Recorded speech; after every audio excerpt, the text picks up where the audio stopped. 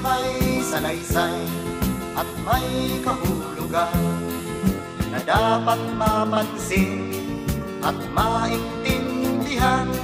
Kahit sino ka man ay dapat malaman na dito sa mundo ikaw ay tuldok lang. Kahit na ang araw sa kalangitan, siya ay tuldok lamang sa kalawakan. Lahat ng bagay ay tuldok ang pinanggalingan, at kung masdang mabuti, tuldok ang